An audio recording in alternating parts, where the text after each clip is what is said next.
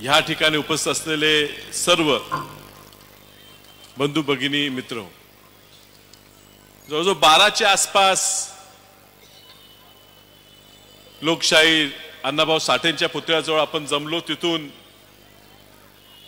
सुरुवात केली. जवळजवळ 1.5-2 तासाची पदयात्रा करून ह्या ठिकाणी सभेला सुरुवात केली. आताच आव्हाड साहेबांनी सांगितलं जवळजवळ 3-4 तास सभा चालली आहे तरी लोक अजून आले नाहीत. मला मधल्या थोड्या वेळेत आमच्या कारखान्याची जनरल बॉडीची सभा होती, त्या ठिकाणी जावं लागलं. आणि त्यामुळे कुणाच्या मनात असा विचार असेल की विशाल पाटील कुठे गेले तर ती शंका नसेल. मी ह्या ठिकाणी आलेलो आहे त्याचं कारण मी कुणासाठी आलो, मी राजाराम बापूंकडे बघून आलो, मी कुसुमताईंकडे बघून आलो. पण तुम्हाला इतिहास माहिती आहे, तुम्हाला संघर्ष माहिती आहे. ह्या जिल्ह्याने राजकीय संघर्ष खूप बघितलेले आहेत.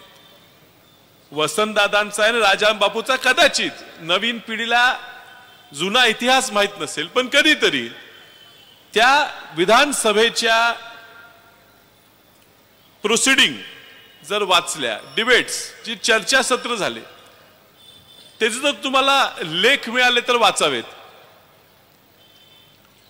वैचारिक एवढा मोठा मतभेद होता.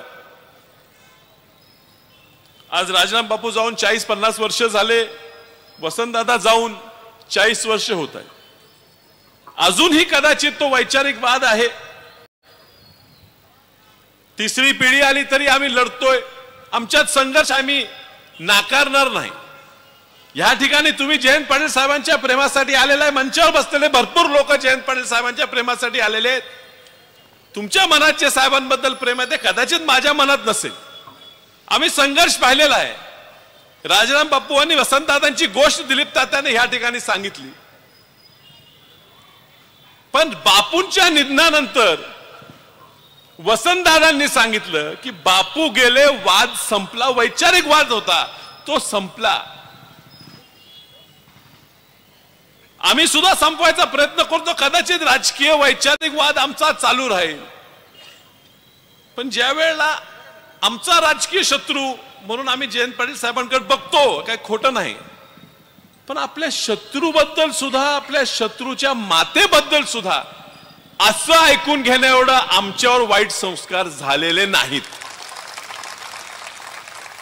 म्हणून पहिला निषेध मी केला आणि मी सांगितलं हा कोण व्यक्ती आहे, हे जी नेमकी वैचारिक मूळ काय आहेत.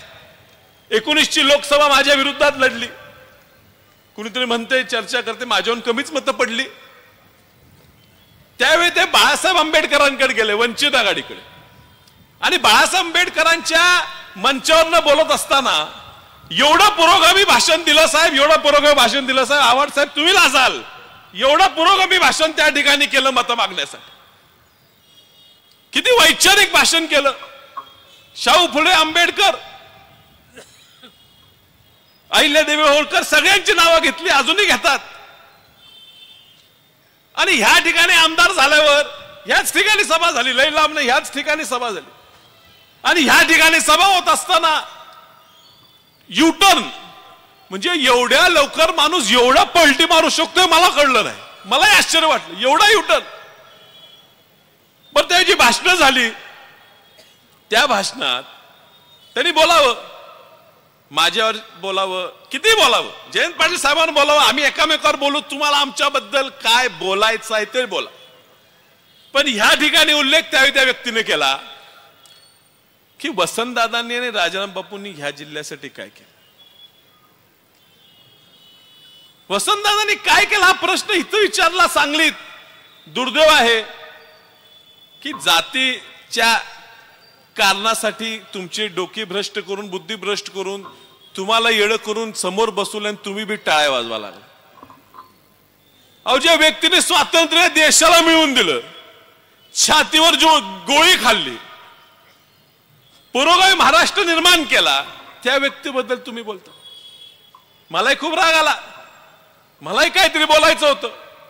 पण पुन्हा लक्षात आलं हा व्यक्ती जो बोलतोय ना त्याच्या मागे कोण आहे महत्वाचं आहे. आज जे ह्या राज्याचं नेतृत्व करतात, 6 वर्ष मुख्यमंत्री आहेत ना, 6 वर्ष मुख्यमंत्री, 2.5 वर्ष उपमुख्यमंत्री, आणि वसंतदादांनी जे केलं, राजाराम बापूंनी जे केलं, यशवंतराव चव्हाण साहेबांनी जे केलं, जे दूरगामी निर्णय घेतले, मी उल्लेख केला. शिक्षणासाठी वसंतदादांनी त्यावेळेला इंजिनियर पोरं आपल्या गरिबाची झाली पाहिजे म्हणून धोरण केलं. आजही परदेशात सुद्धा त्या मायक्रोसॉफ्ट, इंटेल, AI आज नवीन नवीन आले, त्या ठिकाणी काम करणारी पोरं आज महाराष्ट्रातल्या गरिबाची पोरं त्या ठिकाणी, ती जात बघून नाही, प्रत्येक जातीची पोरं त्या ठिकाणी शिकतात. ही धोरण आणलं म्हणून, पाणी अडवा पाणी जिरवा धोरण आणलं. पण आता ह्यांच्या विरुद्ध बोलायची गरज का पडली? कारण तुम्ही 8.5 वर्ष मुख्यमंत्री उपमुख्यमंत्री राहून सुद्धा एकही ह्या राज्याच्या फायद्याचा निर्णय तुम्हाला घेता आला नाही. म्हणून जे मोठी लोक आहेत त्यांच्यावर बोलायचं, मात्र बोलताना संस्कृती जपायची, सुसंस्कृत स्वतःला म्हणवून घ्यायचा आहे, म्हणून अशी पाळलेले प्राण्यांकडनं बोलवून घ्यायचा हा प्रकार चाललेला. साहेब, मला कोणतरी बरा सांगितलं, सुसंस्कृत व्यक्ती आणि सुसंस्कृत नेता ह्यात फरक असतो. सुसंस्कृत व्यक्ती व्हायला काय लागते, पण सुसंस्कृत नेता व्हायला आपल्या भोवतीची लोक सुद्धा तशी सांभाळावी लागतात.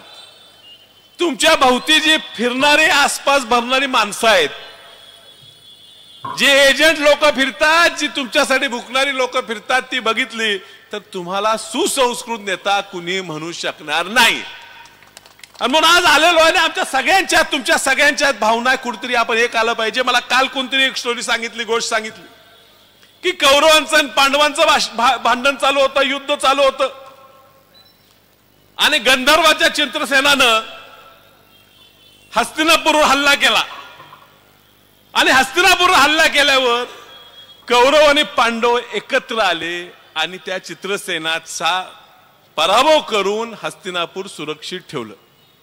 आता पुन्हा नंतर भांडले, परत महाभारत घडलं. तर आता शशिकांत शिंदे तुम्ही आहे, तुम्ही आता अध्यक्ष आहे, आमचं महाभारत कदाचित आमच्या जिल्ह्याचं चालूच राहणार, हे पुढे राहणार. साहेब कधी कधी आमचा कार्यक्रम करायचा प्रयत्न करणार, हे आम्हालाही माहित आहे.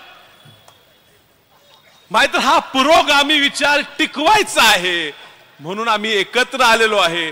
कुणाच्या वाढ व्हायला लागले म्हणजे आम्हाला जरा सुद्धा वाईट वाटत नाही.